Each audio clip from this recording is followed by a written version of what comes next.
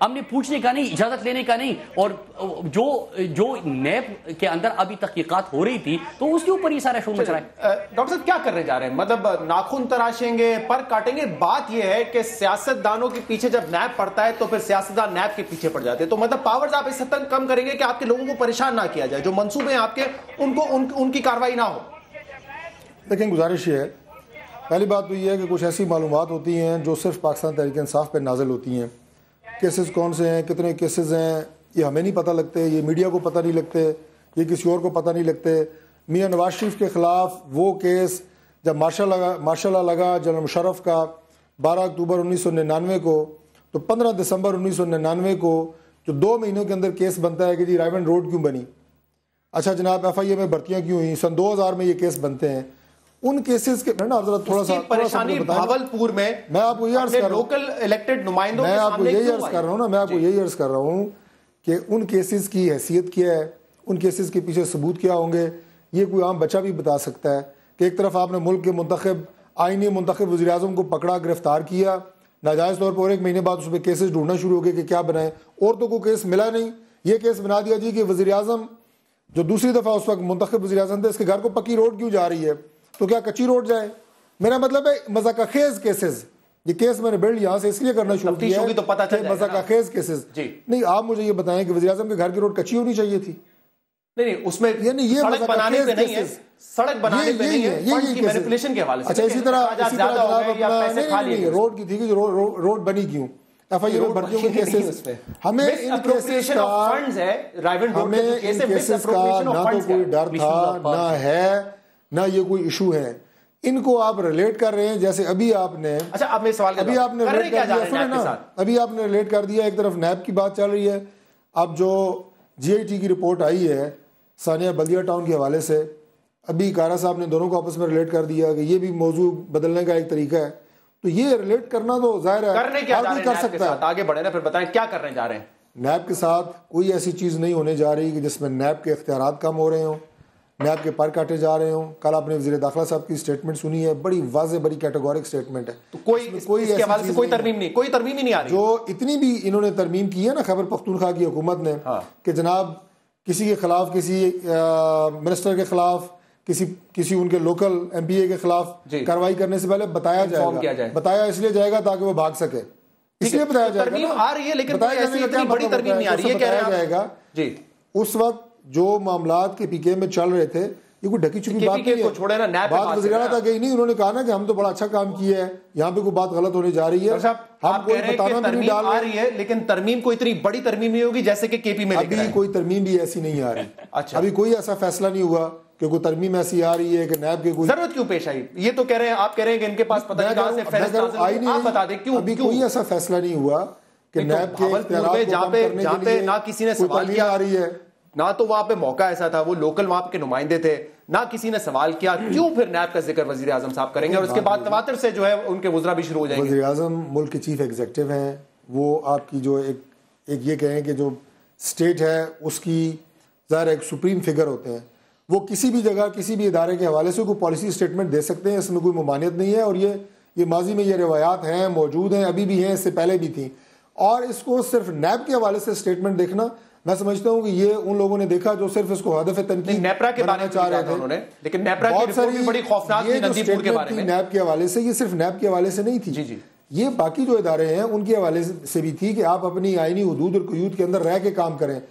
NAB کے بارے میں جو بات وزیر اعظم نے فرمائی وہ نیب کو تو سمجھ آ گئی, باقی کسی کو سمجھ نہیں آئی. نیب کا ریئیکشن اس پہ کیا تھا کہ ہم آزاد ہیں, حکومت کوئی ہمارے اندر مداخلت نہیں کر رہی, پرائم منسٹر کی دی ڈائریکشن کے مطابق ہم اپنی کارکردگی کو مزید بہتر بنائیں گے, ہمارے معاملات کے اندر کوئی انٹرفیئرنس نہیں ہے. مطلب دھمکی کہاں آ گئی, انٹرفیئرنس کی پالیسی کی وجہ سے نیب کو جو دھمکی دی گئی وزیر اعظم کی جانب سے, وہ کہاں آ گئی. آپ جو الفاظ میرے منہ میں ڈالنا چاہ رہے ہیں وہ آپ نہیں ڈال سکتے, آپ جو مرضی کہیں, وہ آپ کا حق ہے. جو بات میں نے کرنی وہ میرا حق ہے. جب میں نے پڑھے تھے نا وہ نیب کی طرف سے جو ان کے رپلائی تھا, وہ پڑھ کے مجھے یہ لگا کہ لگتا ہے وارننگ. نیب نے بڑی کیٹیگورک اسٹیٹمنٹ دی, انہوں نے کہا کہ حکومت کی عدم مداخلت کی پالیسی, اس کا مطلب یہ ہے کہ وہ یہ پیغام دے رہے تھے کہ عدم مداخلت کی پالیسی پہلے بھی تھی اور آئندہ بھی رہے گی. دو سوال, ایک تو یہ کہ کیا وجہ ہے پھر پی ایم ایل این یہ کہہ رہے ہیں کہ کوئی ایسی نہ بڑی ترمیم آ رہی ہے نہ تو کوئی پریشانی ہے, کل چودھری نثار صاحب یہی کرتے ہیں, آپ کے خیال میں کیوں وزیر اعظم بول پڑے؟ اور دوسرا سوال یہ, اگر ترمیم آتی ہے تو پیپلز پارٹی کہاں کھڑی ہوگی؟ ایک چھوٹا سا پہلے ایک وضاحت کر دوں. ایک تو پرائم منسٹر صاحب کے خلاف جو کیسز ہیں وہ کوئی نیب نے اپنے طور پہ کیسز نہیں بنا کے بھیجے تھے, پینڈنگ کیسز پڑے ہوئے ہیں. وہ کس دور میں بنے تھے وہ نہیں بنے تھے وہ بات کی بات ہے. جو مراد نے بات کہی وہ درست بات ہے کہ وہ سپریم کورٹ نے حکم دیا کہ جو پینڈنگ کیسز میگا اسکینڈل کے پڑے ہیں وہ لے آؤ. اس کی لسٹ انہوں نے فراہم کر دی. اس پہ یقیناً گورنمنٹ کا رویہ بڑا خوفناک تھا. Even speaker of the assembly نے کہا کہ ان کے خلاف ریفرنس آنا چاہیے اور کوئی یہ پگڑیاں اچھالنے والے ہیں اور فلاں پتہ نہیں کیا کچھ. اس وقت بھی ایک وقت تھا, اگر تصحیح کرنی تھی تو وہ وقت تھا, اس کو اس وقت ٹھیک کر لیا ہوتا, لیکن پھر معاملہ دب گیا کیونکہ وہ معاملہ آگے چلا نہیں. جی دوسری بات یہ ہے رائے ونڈ روڈ, یہ رائے ونڈ روڈ نہیں ہے. یہ رائے ونڈ روڈ سے جاتی عمرہ جو محل ہے پرائم منسٹر صاحب کا یا ان کا گھر ہے, اس گھر تک جانے والی سڑک ہے. یہ رائے ونڈ روڈ نہیں ہے, یہ آف رائے ونڈ روڈ ہے. اور یہ صرف اس وقت ان کے گھر کو جاتی تھی, اور یہ سڑک آگے بھی جاتی ہے ویسے, لیکن ان کے گھر تک جا کے آگے ختم ہو جاتی تھی. تو اگر پرائم منسٹر کسی جنگل میں اپنا گھر صاحب یہی فرما دیں کہ کیا وزیر اعظم کے گھر تک روڈ کچی جانی چاہیے؟ میں وہی بتانے لگا ہوں کہ ہاں, اگر پرائم منسٹر وہ کوئی بھی ہو, اگر وہ کسی جنگل میں یا کسی ایسی جگہ اپنا گھر بناتے ہیں تو اپنے خرچے پہ سڑک بنانی ہے. اگر وہ پبلک کی سڑک کے اوپر گھر بنائے تو اور بات ہے, لیکن یہ پرائم منسٹر کا استحقاق نہیں ہے. نو ہاں اگر سر میں بتا رہا ہوں نا, آپ نے شاید وہ بات میں دیکھی, میں نے پہلے دیکھی ہے وہاں پہ, کل میرے ساتھ چلیں سر. میں نے گزارش کر دی نا, وہ سالوں پہلے کی بات ہے ڈاکٹر صاحب. اس وقت صرف اس پہ ایک گھر بنا تھا اور وہ اس گھر تک جا کے وہ سڑک ختم ہو جاتی تھی اور وہ نالے کے ایک طرف تھی. اس کے آگے ہاسپٹل بعد میں بنا, سب کچھ ہوا. وہ ایک لمبی بحث ہے.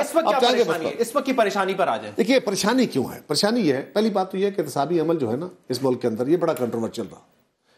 احتساب ہمیشہ پیپلز پارٹی کا یا کمزور طبقات کا ہوتا ہے. اس ملک میں نہ عدالتوں کے فیصلے اور نہ احتساب, یہ مسلم لیگ کے لیے نہیں ہے. اور یہ شجرے ممنوع ہیں, یہ بڑے لوگ ہیں بھائی, آپ ان کا نام لے لو گے, کیسے لے لو گے؟ یعنی یہ دیکھیں نا, کمال ہے. عدالت کے اوپر ہمیں تو عدالتیں قتل بھی کر دیتی ہیں, ہم برداشت کرتے ہیں. ہمیں تو عدالتیں گھر بھیج دیتی ہیں, ہم برداشت کرتے ہیں. مسلم لیگ کے وزیر اعظم کو سپریم کورٹ بلا لیتی ہے, سپریم کورٹ بلڈوز ہو جاتی. حق ہے نا جی, ٹھیک ہے, اوکے, طاقتور ہے, یہ پریولیجڈ ہے. اسی طرح میڈیا اگر کوئی حرکت کر بیٹھتا ہے تو آپ کے بھی کان سیدھے کر دیے جاتے ہیں پکڑ کے. سر ایک سوال اور کچھ احتجاج کرتے ہیں, سنیے, لوگ احتجاج کرتے ہیں, ہم 14 لوگوں کو گولیاں مار دیتے ہیں, 80 لوگوں کو زخمی کر دیتے ہیں. ٹھیک ہے نا, ہم کیوں, کون ہوتا ہے احتجاج کرنے والا؟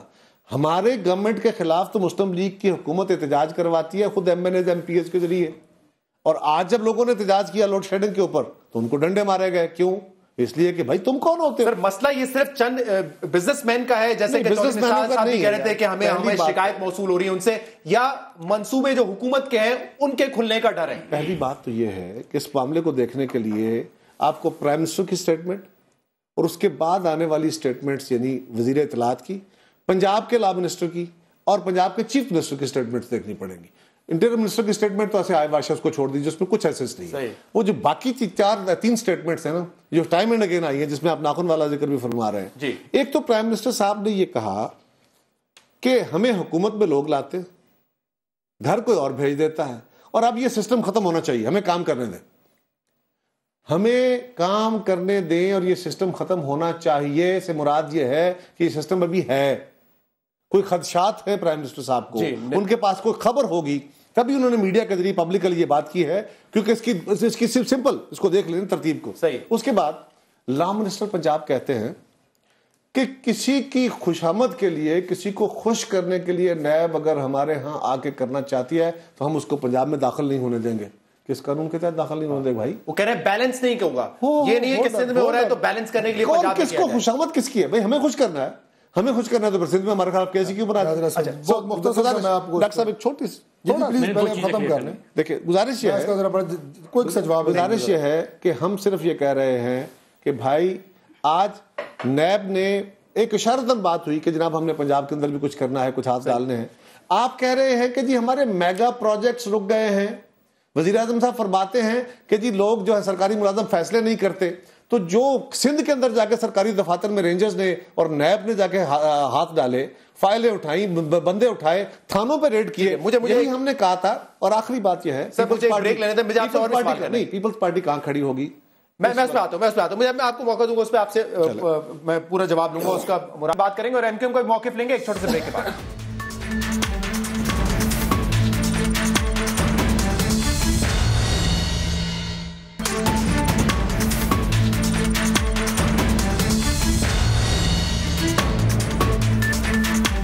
ویلکم بیک ناظرین. علی رضا عابدی صاحب, نیب کے حوالے سے تو میں آپ سے سوال کروں گا, لیکن پہلے جو طارق فضل چودھری صاحب نے اس بین کے حوالے سے جو میڈیا بلیک آؤٹ ہے الطاف حسین صاحب کا, اس پہ بڑی کلیئر پوزیشن لے لی ہے کہ اگر اس طرح کی تقاریر ہوں گی تو پھر بین بھی کیا جائے گا ایسے شخص کو جو ایسی باتیں کرے گا.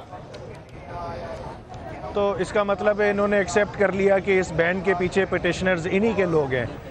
یہ جو ہم بہت عرصے سے کہتے ہوئے آ رہے ہیں کہ پی ایم ایل این اس کے پیچھے ہے, چودھری نثار صاحب اس کے پیچھے ہیں, تو ان کا میں شکریہ ادا کرتا ہوں. طارق فضل چودھری صاحب, آپ نے سب کے سامنے یہ قبول لیا. اچھا, اب آگے بڑھتے ہیں. یہ بین جو ہے سپریم کورٹ تک گیا تھا اور سپریم کورٹ نے اس پہ یہ بولا کہ یہ بین غلط ہے, یہ freedom of right, freedom of expression اور ہیومن رائٹس کی وائیولیشن ہے, اور لیکن لاہور ہائی کورٹ نے ایشو کیا ہے تو لاہور ہائی کورٹ ہی اس کو انڈو کرے گا.